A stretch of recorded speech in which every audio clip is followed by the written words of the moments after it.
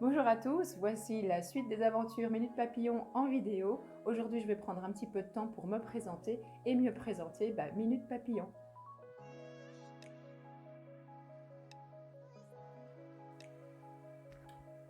Minute Papillon, c'est qui toi?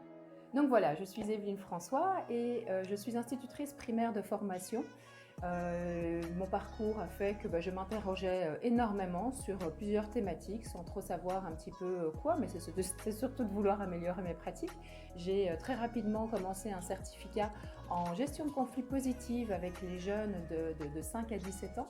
J'ai pu faire cette formation qui durait 1 an à l'Université de paix de Namur, qui est une ASBL vraiment très riche que je vous invite, je vous mettrai son nom ici dans cette vidéo et que je vous invite vraiment à aller voir, d'aller voir leur programme de formation. Ensuite, ces pratiques-là m'ont déjà beaucoup aidé.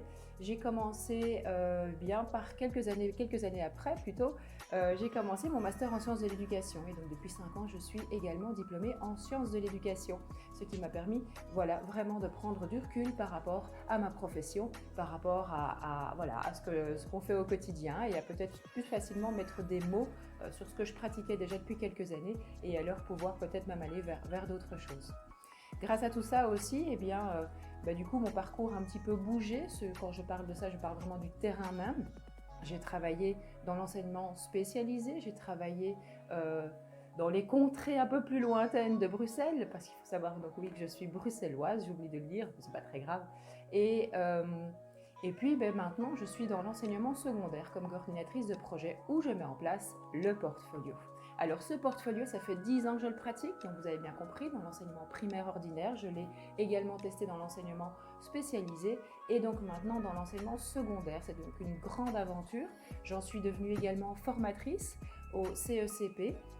Et donc, j'essaye maintenant un petit peu, comme je garde mon travail, c'est quand même là que je me plais le plus, c'est là que j'aime le plus d'être et que je n'ai pas encore envie d'arrêter pour passer au monde des adultes.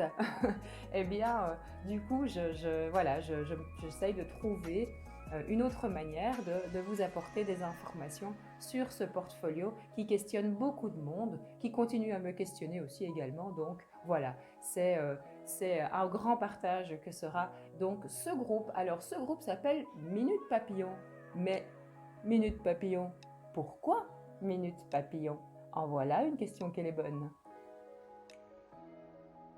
Alors j'ai appelé ce groupe Minute Papillon parce que j'ai besoin de donner un nom et une identité aux choses que je fais. Voilà, je fais pas mal de choses dans ma petite vie et j'aime bien comme ça qu'il y ait chaque fois un nom. Je m'occupe de ça, je m'occupe de Minute Papillon, je m'occupe de l'autre, je m'occupe de l'autre, enfin soit. Ça donne une identité au projet et j'aime beaucoup ça. Alors Minute Papillon m'a très vite parlé, tout simplement parce que c'est déjà une expression que je trouve assez sympa, assez mignonne et qui, pour moi, symbolise deux choses. La première, minute papillon, on s'arrête. Le fait de s'arrêter comme ça dans sa vie, de manière très courte ou plus longue, chacun choisit finalement le temps qu'il va prendre, c'est quelque chose que j'apprécie beaucoup et que j'enseigne énormément à mes élèves. C'est un moment de dire, wow, stop, on s'arrête et on fait le point. On fait le point sur différentes choses. Ça, c'est ce que justement je vous expliquerai un petit peu dans les suites des vidéos concernant cet outil qui est le portfolio. Et donc voilà, cette première symbolique était très importante et cette expression l'exprimait bien. Et puis dans Minute Papillon, il y a le symbole de ce très bel animal qui est le papillon. Et le papillon, on sait tous très bien que c'est un animal qui vit plusieurs transformations. Mais ça m'a tout de suite parlé et ça m'a vraiment indiqué que c'était le nom qu'il fallait pour mon activité parce que s'il y a bien quelque chose que je veux avec les élèves et que je vais avoir envie avec vous et même ensemble, c'est qu'à un moment donné, par nos réflexions, par les partages que l'on va avoir, on s'est arrêté et puis on va peut-être essayer d'autres choses et peut-être pas se transformer, mais en tout cas créer et aller vers des nouveautés. Et donc voilà, cette expression que je trouve tout aussi sympa a une très belle symbolique et je pense déjà qualifie très bien le travail que l'on va avoir tous ensemble. C'est plus clair, n'est-ce pas? Voilà donc une série d'infos déjà qui me présente et qui indique un petit peu la philosophie du portfolio. Parce que le portfolio, vous allez le voir, ce n'est pas seulement un portefeuille de documents qui réunit des traces d'élèves, c'est pas seulement ça, c'est vraiment aussi une philosophie de travail que l'on a avec nos élèves et une philosophie de vie et d'apprentissage que l'on va offrir à nos élèves. Voilà, donc vous avez compris que je suis très sensible au bien-être de nos élèves. J'ai besoin je trouve ça important et je suis sûre que vous aussi, bien entendu, je ne suis pas toute seule. J'ai besoin que nos élèves soient dispo, que la tête et le cœur soient vraiment disponibles et je suis convaincue que c'est sur base de ça que la suite des apprentissages est plus efficace et plus sereine. Et donc voilà, je pense que c'est donc une belle façon de démarrer avec vous et de vous faire comprendre vers quoi on va. Je ne vais pas juste vous indiquer comment est-ce qu'on met un portefeuille de documents en place dans une classe. Ça finalement, ça peut paraître un petit peu simple, même si pas toujours, mais voilà, on va parler vraiment d'une philosophie de travail avec eux et donc de choses que l'on peut mettre en place qui vont vraiment les aider dans leur bien-être, dans la connaissance de soi, dans l'estime de soi, dans l'engagement dans les apprentissages. Voilà des mots que vous allez régulièrement entendre durant toutes ces vidéos de mini-formation ou encore posts que je ferai sur ce groupe. Donc voilà, maintenant que vous savez tout ça, eh bien, je vous invite à continuer à commenter, à me suivre, à me faire chaque fois des retours. N'oubliez pas de bien poser vos questions parce que c'est sur base de vos questions que je vais démarrer toutes ces vidéos. Et donc, j'ai vraiment besoin d'elles.